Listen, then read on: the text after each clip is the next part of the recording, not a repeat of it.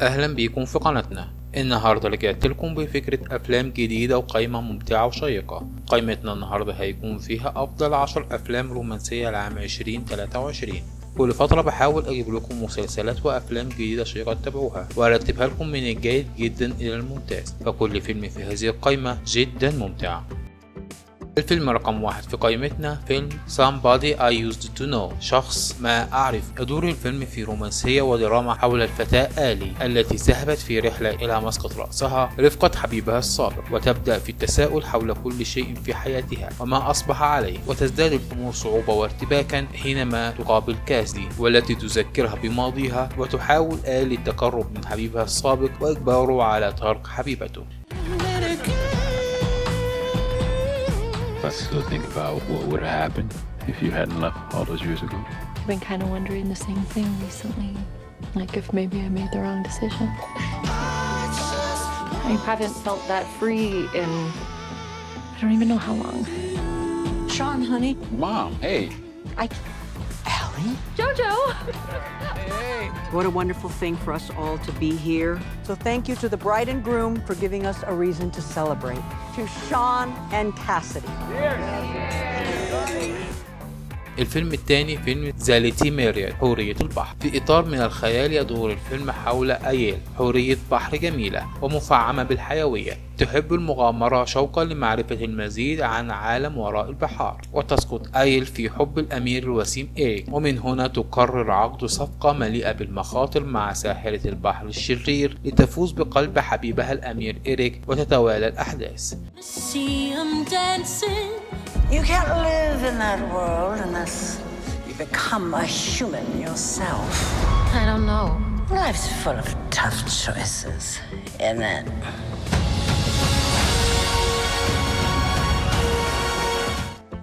الفيلم رقم 3 سان كاترين، الملاذ. في إطار من الدراما والتشويق يتناول الفيلم قصة ريبيكا المرأة السادية وهال زبونها الغني ووريث إمبراطورية الفنادق، وتدور أحداث الفيلم حول معركة من الذكاء والإرادات بينما يحاول إنهاء علاقته معه.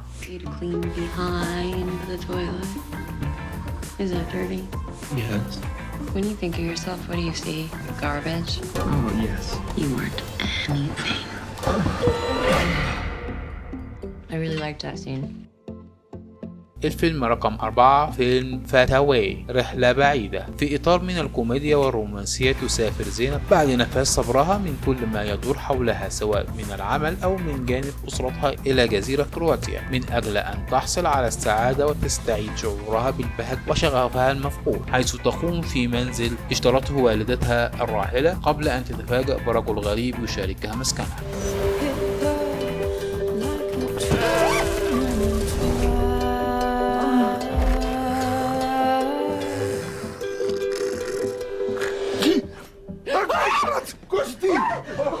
Did you come on a bicycle? What? No. Why were you sleeping in there? The lady who bought it told me that I could live here. I'm her daughter. I'm sorry for your loss. I was told I could buy clothes here.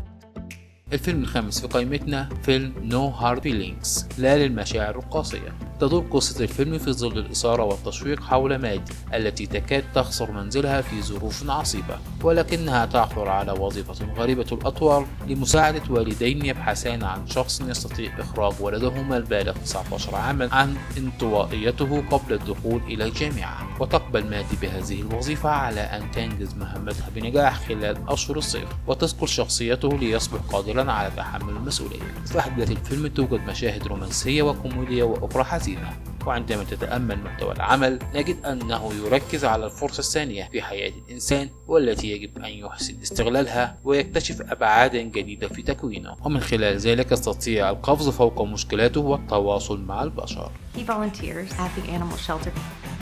Hi. Mind if I touch your wiener? What? Your dog. How about I give you a ride home? This isn't the way to my house. It's a shortcut. You're my hostage. What you got down there? Something for me?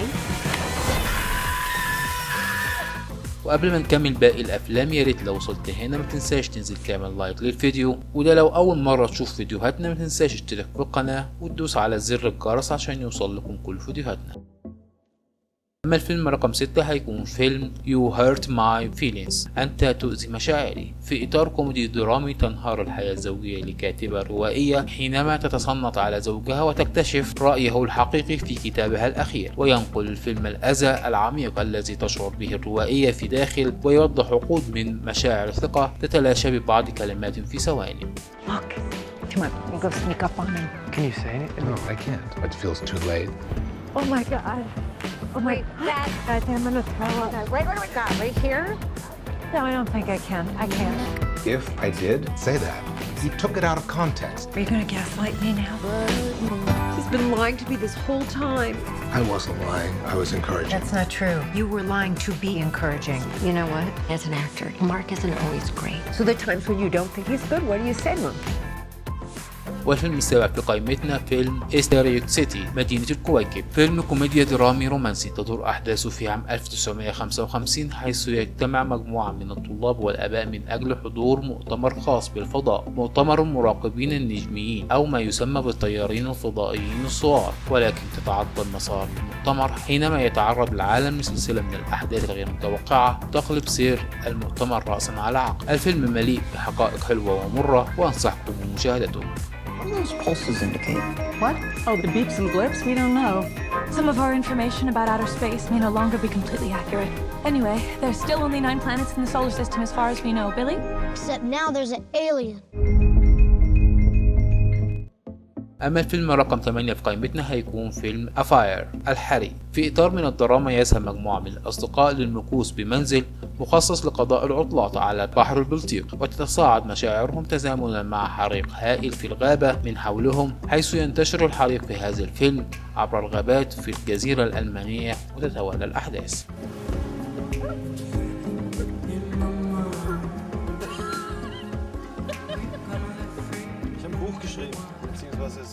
Das ist ein Manuskript. Der Verleger findet es scheiße. Kommt bei uns vorbei, um es mir in den Ohren zu haben. Darf ich mal lesen? Auf keinen Fall. Also versteh mich nicht falsch, aber eine falsche Bemerkung, ein blöder Kommentar. والفيلم التاسع في قائمتنا فيلم براي لين، في إطار كوميدي درامي رومانسي يجمع القدر بين شاب وفتاة خلال مرور كل منهما بعلاقة عاطفية فاشلة، ذلك خلال يوم حافل بالأحداث في جنوب لندن. How you doing? Yeah, good. Yeah? Yeah, Cool.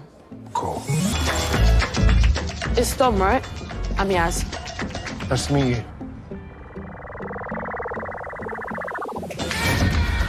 أما الفيلم رقم 10 والأخير في قائمتنا هيكون من نصيب فيلم باست ليفيز الحياة الفائتة، تدور قصة الفيلم حول نورا وهاي سونغ، الصديقان المقربان منذ طفولتهما، واللذان يجتمعان من جديد بعد أن فرقهما القدر قرابة 20 عاما، ويستأنفون الاتصال أولا على شبكات التواصل الاجتماعي، ثم يقضون أسبوعا معا في نيويورك، ويجدان أنفسهما خلال أسبوع مصيري يواجهان خلاله مفاهيم القدر والحب. تؤكد أحداث الفيلم على أن مقولة الحب الأخير هو الأول هي أكذوبة، والفيلم رائع يستحق المشاهدة.